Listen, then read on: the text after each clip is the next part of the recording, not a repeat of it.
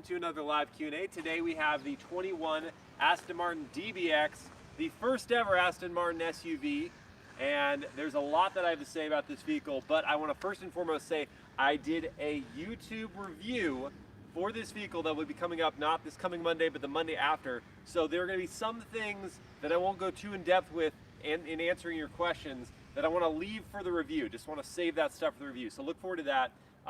As usual, I'm going to answer the questions first that were on Instagram, that I posed the question a day before, and YouTube's community page. So I'll get to those first. And I also want to say Edmark Starr, Patreon member, he is the team manager. He requested this vehicle, and now this is here for Ed, and it's his 64th birthday coming up, so happy almost birthday, Ed. You're going to like the DBX. Okay, so let's first, Brett is, of course, manning the camera as usual, doing his great job, and he's going to ask me some questions, and I'm going to get to him. Okay, first question. Does it handle well enough to deserve the Aston Martin badge, and does the AMG engine feel different from similar applications? All right, so does it handle well enough to deserve the badge? And I'll say first that, you know, Aston Martin vehicles, they're sports cars, they are known for a lot of things. First and foremost, they're known for their styling, their beautiful looks. And so I'll get to that in a second, but the handling is a component of that. It is not their number one, their paramount aspect of the vehicles that they're delivering. So the handling is important, but it's not critical. With this vehicle, the handling comes through. They did a great job engineering the suspension. It's a four-corner air suspension system, and it has adaptive dampers as well. And so the ride quality is very good, and that's critical for a luxury SUV. But the handling is also very sharp, and they did a good job tuning the electric steering rack. Very responsive and communicative. I was very pleased with the handling of this vehicle. I definitely think it deserves the badge. I'm going to cut it there because, again, I want to leave some for the review. And then the next question is about the Amg Sourced Engine. And yes, let me pop the hood on this one, which you have to do on the passenger side. You do not do it on the driver's side. Aston Martin, being an English brand for the UK market, so everything is for the driver that would have been on the right-hand side. The trunk release lever is here just below the passenger side airbag glove box area. That's weird. Yeah, it's just different. They just decided, we're not going to switch it for the American market. So it is a 4-liter twin-turbo V8 from AMG. So if you don't know, Mercedes-Benz has a good-sized stake in Aston Martin these days, and so there's some sharing of technology, and this was one of the biggest things that was brought over, their 4-liter bi-turbo V8. We see it in a number of Mercedes-Benz vehicles. We've seen it most recently in the Aston Martin Vantage and in the DB11 V8 version. Great engine, fantastic engine. Suits this SUV perfectly, and Aston Martin doesn't just leave it, they like fiddle with it and they make it just right. The tuning of the exhaust system and the responsiveness. And so the question was, and this was from who was this? The AE plus X Julio. Okay, so X Julio, and the AE, I abbreviated your name because I don't find it appropriate, but it's all right, it's okay. Yeah, so you asked if this feels different than different applications of this engine. I think that it suits the character perfectly. It's hard to take the engine and separate it and say, does it feel just like in a much less or much lighter weight vehicle? Hard to say. It kind of goes with the other forces that are at play here, which is the weight. And so I think the engine really well suited in this application. It does feel different because there's so many other factors going on here. But man, what a peach of an engine. What a peach. 542 horsepower, 516 pound-feet of torque. Next question. Next question is, how good is viability? And he said, the back window looks small. Oh, sorry, that was my, I mistyped that one. Visibility is what he was asking about. One fun thing about the hood, again, I don't want to live everything, but look how far the hood opening goes. It goes all the way to the A-pillar, and they've snuck in things like the washer fluid bottle is just like tucked in there. And this, you'll see the same hood opening style on a number of other Aston Martin vehicles, but some of them are reverse clamshells, so they'll open this way, not this way. But it's cool that, you know, for continuity's sake, they did the same kind of hood opening. So he asked about visibility, and I'll just show briefly. Let's see. Brett, why don't you stick your head in there and kind of just pan to the right. So you can see that visibility is actually halfway decent. Even with that really, like, it's not a huge back window, and so there is a bit of a blind spot right there where you're seeing at the C-pillar. But this vehicle comes standard with blind spot monitoring and rear cross traffic alerts and good sized door mirrors, so visibility doesn't end up being that big of an issue. And who asked that? I forgot. Yvonne. Yvonne, yes, good questions, Yvonne. Yvonne always asks good questions. But yeah, visibility is totally acceptable in this vehicle. That one blind spot is taken care of with blind spot monitoring. Interior looks nice. Oh yeah, the interior is stunning in the DBX. It looks great on the outside. It looks arguably even better on the inside. The name for this interior isn't just like red or wine red. They call it All Lords Red interior. All Lords Red. If that isn't like extravagant, I don't know what is. So what is the next question, Next Brett? question from Uberlift, does it self-park? It does not self-park. It doesn't have certain tech, Brett's like, oh geez. It doesn't have certain tech features that we're finding on other premium luxury SUVs, one of which is being the self-park feature, another being wireless Apple CarPlay or anything like that. This model right here actually doesn't have Apple CarPlay because it's an early release model, and so they just have to update it. But it will, all the DBXs will have Apple CarPlay, but it's not wireless. So yeah, the self-park feature is not on this vehicle. MXZ7 asks, does it drive itself, and will you do a walk-around video? Walk-around video is already up, so that was up this morning. So great tie-in to that. And does it drive itself? It has certain active driver aids. It has adaptive cruise control and lane departure warning and lane keep assist. The lane departure warning, lane keep assist, I couldn't get to work perfectly, but I'll leave that for the review. But it does drive itself in the adaptive cruise control element of things, and it has auto emergency braking. But no, it doesn't do like the full like hands off, like let it drive for several minutes at a time like some vehicles. It does not do that. Next question from Aaron, is the DBX based on a shared platform? Great question, Aaron. It is not based on any shared platform. This is a completely bespoke platform to Aston Martin. The only thing that is shared is that engine. And even that is like, again, they fiddle with it a little bit at Aston Martin's facility. This one is produced in Wales at their new production facility that is made exclusively for the Aston Martin DBX. So no, unique platform. And it feels like it. Doesn't feel like any other SUV I've driven. And then Aaron also asked, what are your thoughts on its design? Anything you think Aston Martin could have done better? No, honestly, like I don't think there's anything that could have done better. This is the most beautiful SUV on the market. There's no caveat to that statement. This is the most beautiful SUV on the market. It seriously is. Pictures do not do this one justice, guys. You have to find an Aston Martin dealership nearby, or, you know, I don't know, start making friends with very wealthy people, because this thing looks stunning in person, outside and inside. And we'll show more of the interior. But I should just start it, right? I should start it and rev it? You should. Yeah. Yeah. I knew what Brett's answer to that question was going to be. It was like, yeah, why haven't you done that yet?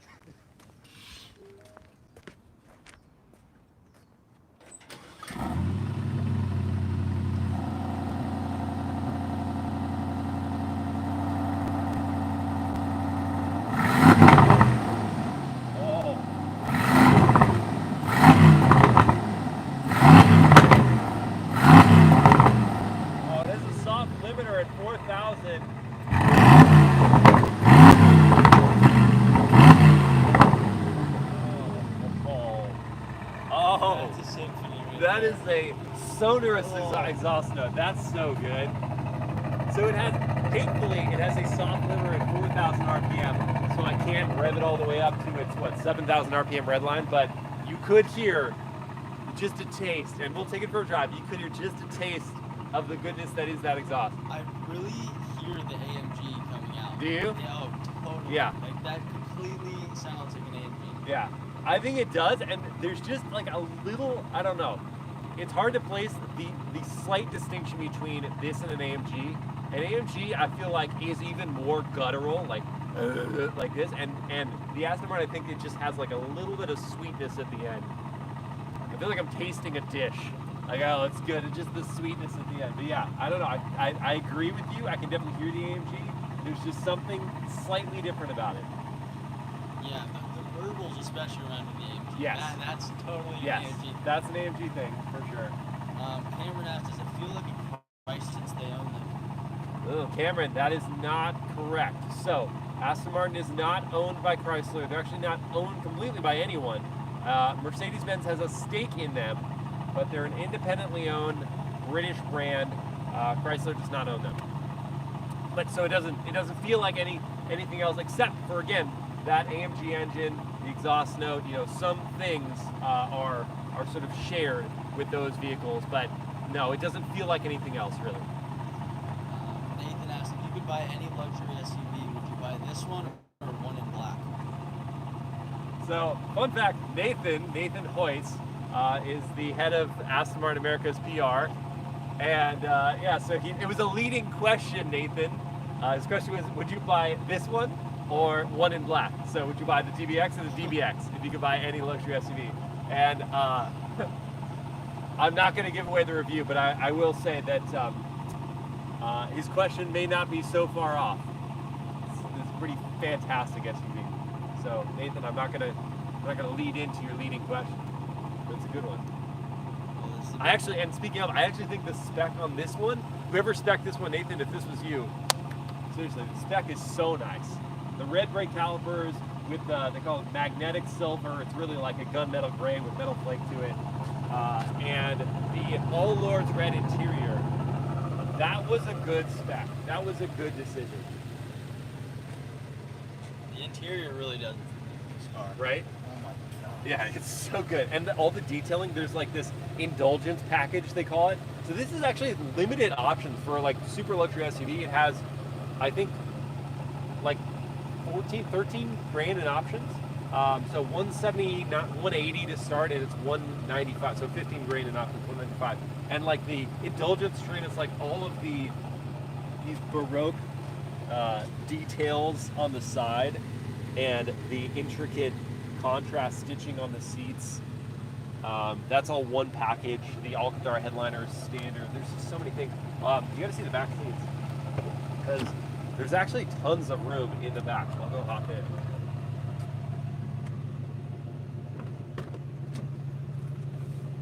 So this seat's actually even further back more than my driving position at 6 feet tall, and I still have room.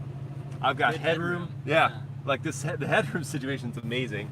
The seats are heated and ventilated as part of the Elegance Package, I think. Center console.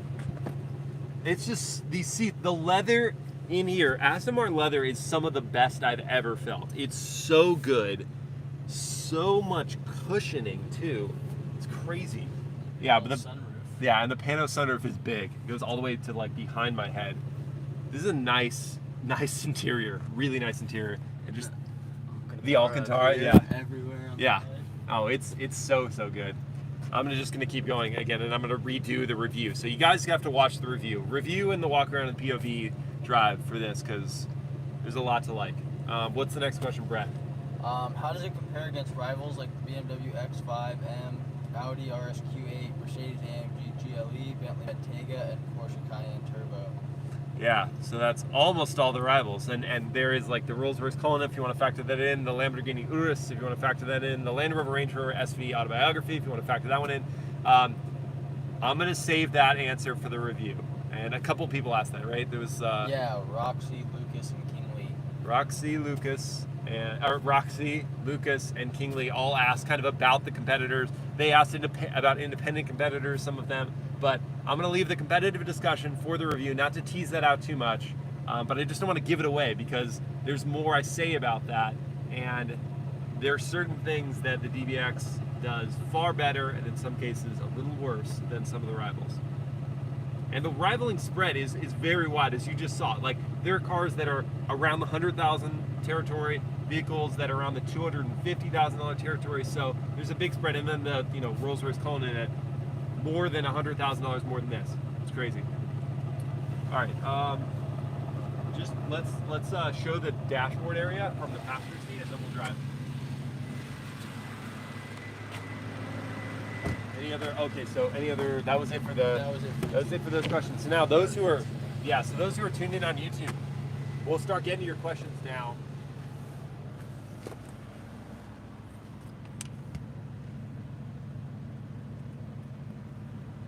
And thank you for your patience. Did the thing just like poop out? Yeah. Yeah. I love doing that.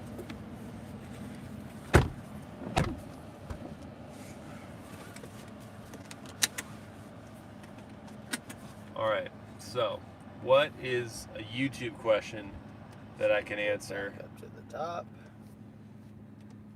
Again, thanks guys for your patience as we got through the Instagram. If you want to follow me there at MilesPerHr. Same thing with TikTok, also there at MilesPerHr. Tuxedo Black Cat has asked, is it hard to drive or not? Tuxedo Black Cat, I'm glad you were able to join. I saw that you were thinking about it. You're like, I'm going to try. Thanks for joining. It's very easy to drive. So I had left it in Sport Plus to get the absolute most aggressive exhaust note. Can't speak anymore. But we'll go to GT where it is the most easy thing to drive. Honestly, the throttle tip in is very gentle. The ride quality is super plush with this air suspension system. It is a premium luxury SUV. Right, left. Thank you, Brett. Yes, that is correct. So when I go right, I lose reception, just basically instantly. So yes, very, very easy to drive in the GT, and the individual mode, you can go in and set up how you want the suspension to feel, the steering, the throttle response, the shifting. You can set all that up in individual and then just have that programmed for that one mode that you go into. We heard the start-stop system just there, so it killed the engine for a bit to save you some fuel. You're not going to save that much fuel because it gets 16 combined, but you can afford the gas. You afforded a DBX. Marco Chan asked, does the infotainment feel old? The infotainment, yes. I will go very much in depth on this on the review, but what I'll say briefly is that Aston Martin, another Mercedes-Benz piece that they're borrowing, but they're borrowing the last generation of Mercedes-Benz technology. So it's command infotainment. It's not a touchscreen. You have to use the scroll wheel here. You can pay extra for like a touchpad scroll wheel, which looks hideous. I think this looks way better. So I would leave it this way. It's usable. It's not my favorite thing to use, and I wish it was a touchscreen. At least you do have a very high quality, state-of-the-art digital instrument cluster here with really sharp graphics, and as you go through the drive modes, it changes up fun things on it. So now we're in terrain mode, and things get darker, different colors. You can also change what's on the display. So if I go to when it's done. Okay, so go to the right side and I can show the telemetry data, or I can show navigation, pardon me, what's going on there, and then go to the middle and you can just change up some information there. So it's variable. It is not, completely customizable like, again, for example, Mercedes-Benz latest system, the MBUX system. If this vehicle got MBUX, just done, like game over. So good. All right, what's the next question? Do you think the car is worth the money? Yes, and I typically struggle to say that because I can't fathom that kind of money that you have to spend on these vehicles. $179,900 to start for this one, $195,000 as tested. It's beyond my comprehension spending that amount of money on a vehicle, but for what you're getting out of the DBX, it's worth it. Like, there's so much to love about this interior, so much that's unique, and that if you're spending that kind of money, you want something that you won't see every day. You want something that's going to turn heads. As an SUV, that just sounds like an astonishing proposition, a head-turning SUV, because it's just they're not easy dimensions to conquer with design, but they pulled it off. And then the engine, I mean, you're getting a crazy good AMG 4-liter bi-turbo. It's so good. It just sounds great. Ed Starr donated $20 and said, "Can you drive the DBX with the suspension at its lowest setting?" Yes. Ed Starr, who requested this vehicle. I was excited that he's tuned in on this one, and thank you for that, the contribution. So yes, you can drive it. Okay, so in the access height, if you go to Sport Plus drive mode, so I'll do that here.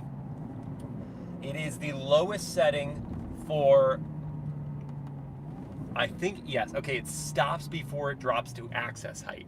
So it's a great question, Ed, and you cannot, and I'm confirming it now, you cannot go to, there's like, you can see on here, I don't know if you can, but there's this little air suspension setting thing here that will show when it drops down to this one level that it indicates that's in access height. And I'm sorry, when we were stopped, I didn't show the vehicle all the way raised up and all the way lowered. But again, another plug for the review, watch the review. You cannot drive the DBX in access height. You can drive it in Sport Plus, which is the lowest it'll go before it drops all the way down for access height.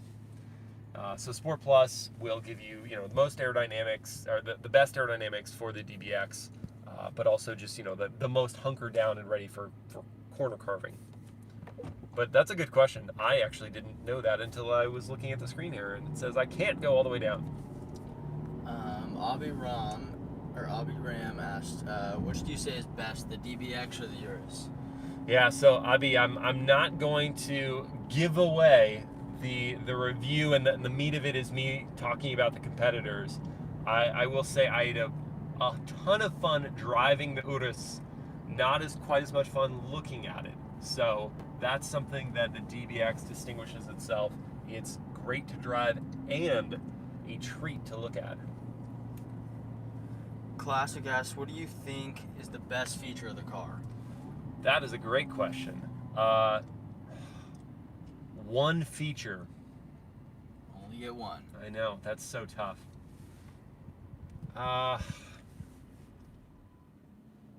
Because I want to just loop in like design, but that's one aspect. It's not one feature. One feature that I think is the best about the DBX. I think it's got to be the detailing.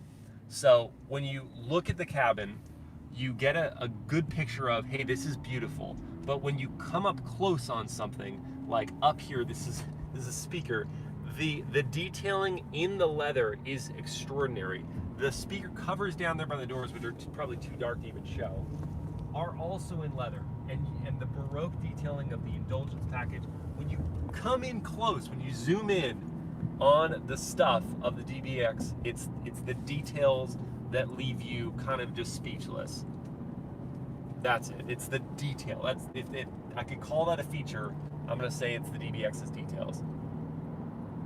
Yeah, I was gonna say the interior, just the whole. I mean, this color is great, right? Insane. Yeah. What would you call this color, Brett? Like if you were gonna call it All Lords Red, like what would you call this color? Like some sort of fancy maroon. Yeah. Yeah. It's not quite like a purple, or it's not a purple, and it's not quite a red. It's just they went like deeper on a red. They took a red and just went crazy deep on it. Yeah. As these dark tones. Getting a lot of questions. Cool. All right, I'm gonna go into manual mode for real quick, which is easy enough to do in the DBX. You just pull a paddle.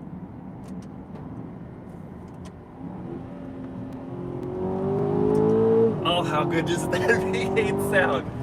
It sounds so good. You can't beat a Mercedes engine. No. They kind of know what they're doing. Not this one specifically. Like, there are better engines than certain other AMG engines, but their 4-liter bi-turbo, so good. It's such a good pairing for an SUV. It makes so much sense. Oh, it sounds fantastic. And the character really changes as you get to different parts of the rev range. Oh, what an engine.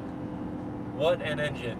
And I will, in the review, give some small critiques for the gearbox that I won't. Yeah, someone just asked, is the gearbox good? Yeah, so the gearbox is, let's just say it's good if left to its own devices in automatic mode. In manual mode, you might be a little upset.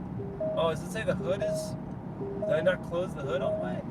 Nope, I see it flopping around. Oh, okay. Well, I'm going to have to stop and adjust the hood. But I'm on a highway, so I can't do that right now, Aston Martin. So excuse that notice right there. What's the next question I can answer? Let's see. Is it good for towing? Yeah, so it can tow 5,900 pounds in an ultra luxury SUV. That seems kind of ridiculous, right? But yeah, 5,900 pounds. That's a really annoying noise. Going down the highway with your boat. Yeah. In an Aston Martin. In an Aston Martin, how crazy would that be? But it would be like a very like dainty like yacht, like little dainty. I don't know. There's oxymoronic and dainty yacht, but it would be a very beautiful yacht for sure in the Aston Martin. That'd be quite the expensive setup. Yes. Oh, 100%. All right, we'll get off at this exit and we'll fully close the hood. I thought I did that. I tried to do it as gently as possible because it's an Aston Martin. A few people are asking why the car looks so small. That's interesting, and it's very much a design thing because as we saw of the interior, there is ample interior space, and I didn't show the cargo space, but there's quite a bit of that too. So I don't think dimensionally it actually is small, it just looks that way. And those are visual tricks that are played by the design team. Let's pull into this parking lot here. And just get that hood.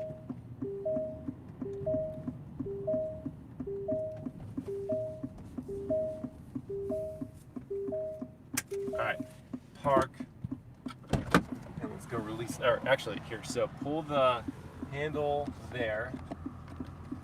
It's like an orange thing on the right, yeah.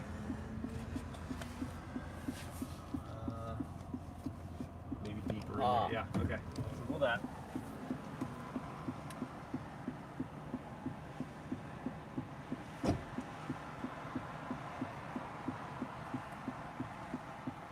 Alright, hopefully that did the trick. Kevin asked, how fast is the 0 to 60? 0 to 60 is 4 seconds flat, according to Aston Martin, but independent tests have shown faster. They've shown under 4 seconds, which I believe because, and again, I'm trying not to give too much away, but there is zero drama to the acceleration. So it has, therefore, maximum traction without any wheel spin at all. Even though this is fundamentally a rear-wheel drive vehicle, it can just send as much torque as needed to those front wheels. I'm in an individual mode right now, which I've set up to be loudest exhaust, softest ride. Tuxedo Black Cat asked, how old does a teenager have to be if they want to drive a vehicle like this? Assuming that teenager has crazy amounts of money, you could be as young as the legal driving age. But I would not think this is a good first car, although, as you asked, Tuxedo Black Cat, it is easy to drive. So you can drive this vehicle easily, but it still has lots of power and you could get into trouble if you don't know what you're doing. So again, experience, as I said with the M2 CS, experience stands for a lot.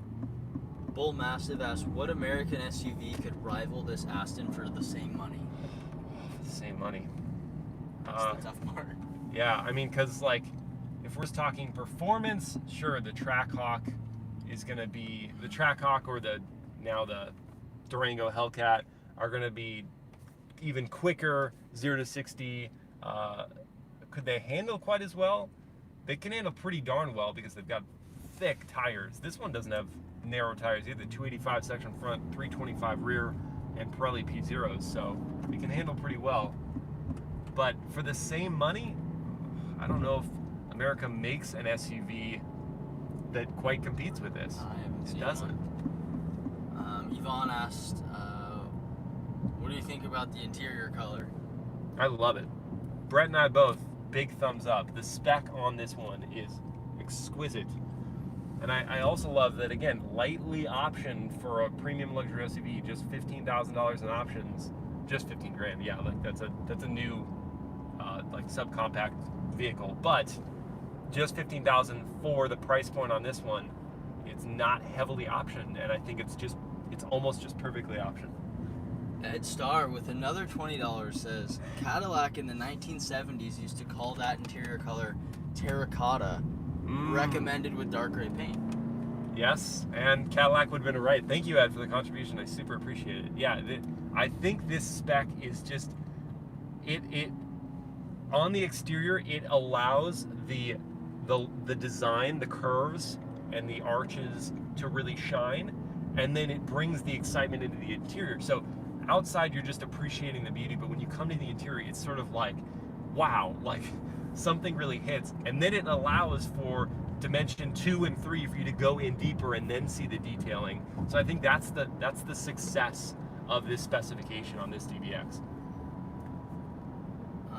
Paul asks, what do you think is the most attractive thing about this car? What a good question. The most attractive thing, I just love the Aston Martin grille. So we didn't spend too much time looking at the front end, but the fact that that grille has spanned decades and been applied to so many different Aston Martin vehicles, and yet it just suits the DBX perfectly, means that they've done a great job of applying the Aston Martin fundamental design language to a larger body, which is not easy to do. Let's just take a look at the BMW X6 as an example of something that is a complete fail, in my opinion, of trying to apply like sports car design language to a bigger body and it just not working out. This one, even that we didn't look too much at this, but the ducktailing, and again the review for this, but the ducktailing on the trunk is very much something that's like, okay, that's pulled straight out of the Vantage, and maybe it shouldn't work, but it does. The other design language just incorporates it so well. Any other questions at this moment? I would love to do a launch control, but we'll have to wait until I can get to a light. Nino Brown asks, can you feel some Mercedes parts in it, or is it more Aston Martin-like?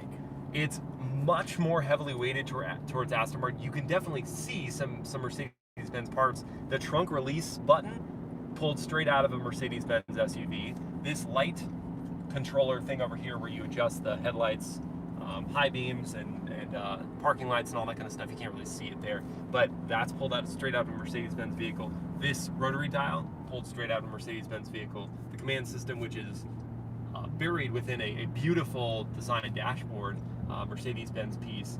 So there are certain Mercedes-Benz pieces that you can find in here, but they're hidden as a general rule compared with the far more gorgeously designed Aston Martin stuff. There's one of the competitors right there. Land Rover, Range Rover. Would you take that? Or just far, and that was enough. All right, we're back. We're back. Sorry guys, I didn't take the exact same route we did last time, and last time's route was perfect. So we'll make sure to get back to that route that time, because for whatever reason the reception on this particular spot is not great. The question was asked about lane keeping assist and autopilot functionality. This vehicle does not have any autopilot functionality. It does have adaptive cruise control, which is a semi-autonomous feature, and a lane keep assist function that I have yet to find working. And I've gone into the settings and I've made sure that it's turned on, and you press this button here to make sure it's turned on. You can see it's illuminated, it's on, but the lane departure warning system, which is really just it puts the brakes on and gets your attention, that works. Oh, we can do a launch control here. That works some of the time, not all the time. As I found out in my night drive, it didn't work, but the lane keep assist just doesn't work at all in my experience. But it does supposedly have those features. Again, this is a very early production vehicle. It may also be pre-production, in which case I have to give it a pass, because not every kink has been worked out. But it should have that functionality.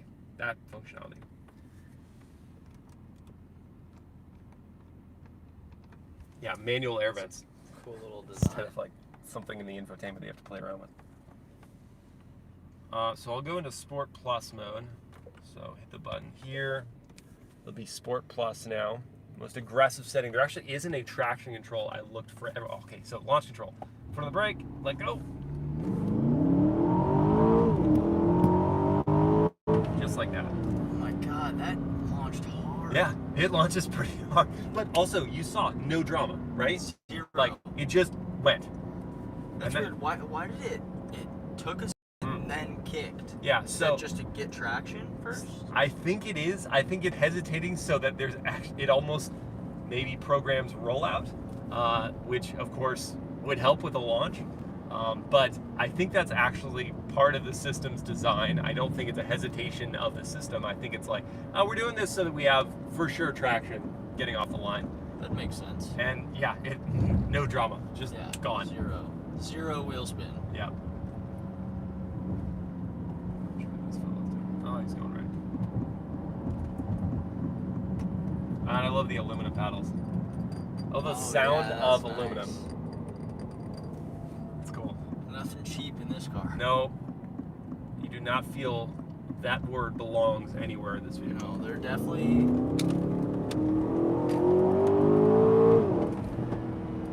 The little pop at the end. The little pop at the end is so good.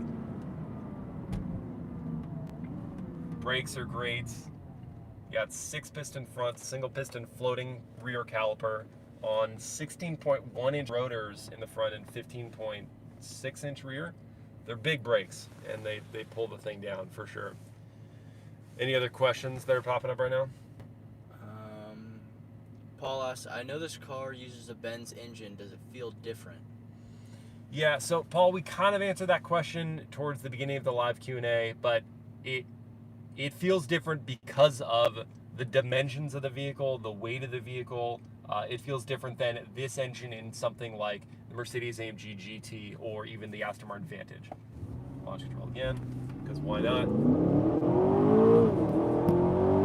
You're right, it's that little just, and then it goes. And when it goes, it goes. It goes.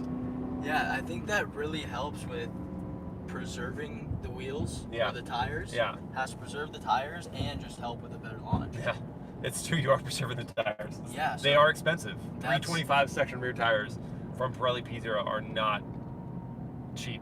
They definitely thought about that. Yeah. For sure. And I don't know, a burnout in an Aston Martin DBX would not seem appropriate, right?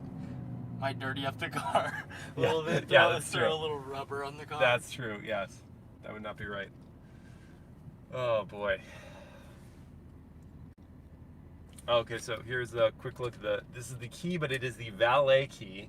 So you still have nice detailing like Aston Martin on the side and lock and unlock with texture on those and a trunk release, but this is still a valet key. So the Aston Martin real key is glass and much nicer than this, but it does slot right there in this little hold. Oh, that engine. The engine note is good. Tuxedo Black Cat asked, does that have Bluetooth? It does have Bluetooth, yes. So it also has Apple CarPlay. This one doesn't because it just hasn't received an upgrade, or update rather, but all DBXs will have Apple CarPlay that you do have to plug in. No Android Auto, but Bluetooth functionality for sure. And a navigation system is also standard. So hitting, what is it?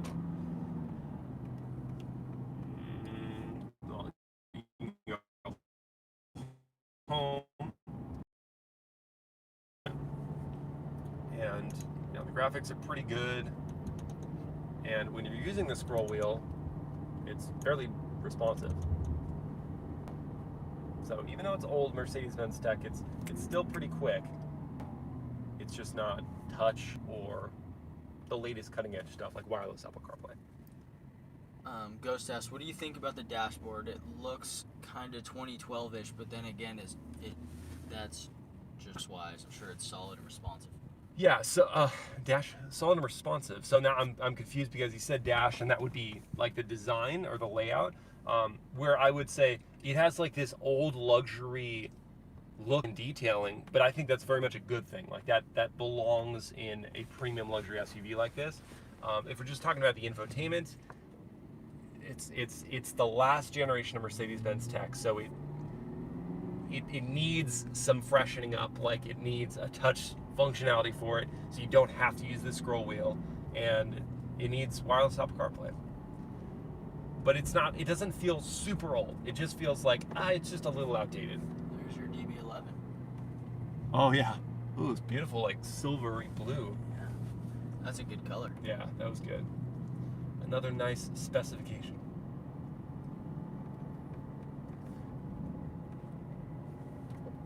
Any other questions coming in?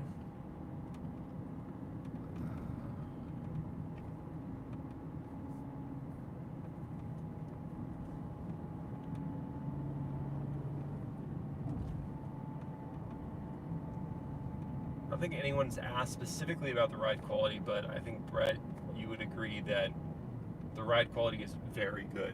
Right? It feels luxurious. Mhm. You know, it feels like a Rolls Royce would be. Yeah. Quietness, you think it's pretty quiet in here? Very. Yeah. Especially when you're not on Sport Plus. Yeah. Yeah, when you're not hearing the AMG engine. Aaron wants you to crack open the pano roof. Cannot open this. So this is a fixed panoramic roof, unlike some that will open like halfway. You can't open this. What you can do is you can close the sunshade.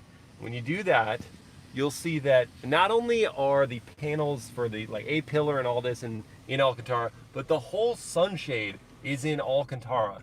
I don't think that's easy to do, and it's certainly not cheap to do, but Aston Martin did it. And it also just like blocks out all the light. So if you're sitting in the back and you really want like executive, nice, you know, no light in that situation, then that's what that does.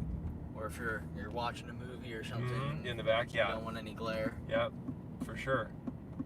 So yeah, that's a nice touch. But no, unfortunately, Aaron, you cannot open the panoramic roof. I will roll down the dual pane glass so that you can hear what's going on outside relative to the quietness inside. So there'll be cars passing by. Oh, no, not anymore because we'll be driving. But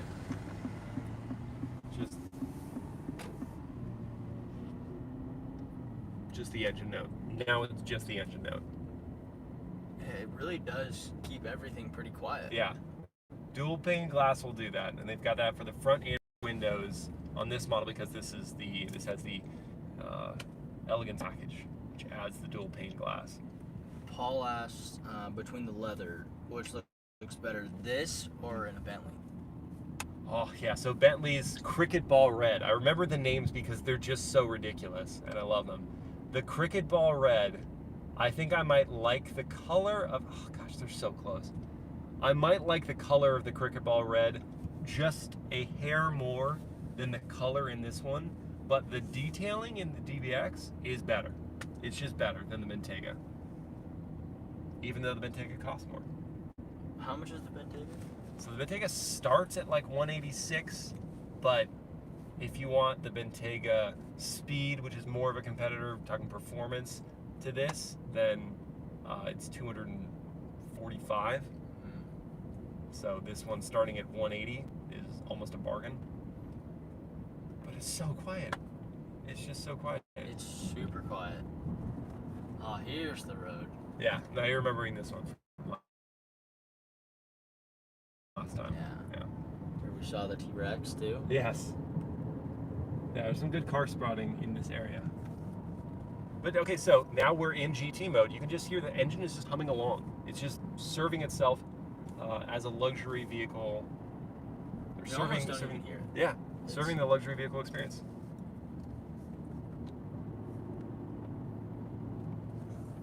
Any other questions? How is the build quality of the Aston? From all the things that I've touched and poked at, it's all been pretty darn good. You can hear faint creaks with certain panels, but they're not things that you should be touching. And a real test of that is as we're driving around, do you hear any creaks or rattles or anything? No, you don't hear any of that. And for this being an early production vehicle, or perhaps even pre-production, that's a great sign. Because I know that I've been in some other Aston Martin vehicles and there have been some things and I'm like, oh, that feels loose, or that sounds loose. But or sounds cheap. Right, yeah. But this was also built at their new Wales production facility, so maybe they're doing things just even more exacting there. But no, the build quality is great, really very great. If there are no other questions, I might wrap it up there. All right, guys, thank you so much for joining for this morning's live Q&A a little earlier today. And thank you, Brett, for manning the camera and asking the questions. And I hope you enjoyed the DBX. Again, plug for the review that's coming not this Monday, but next Monday. POV drive and walk around are up. POV night drive's coming. POV ride is also coming. So if you want to see what the backseat experience is like, be sure to watch that video. All right, guys. See you next time.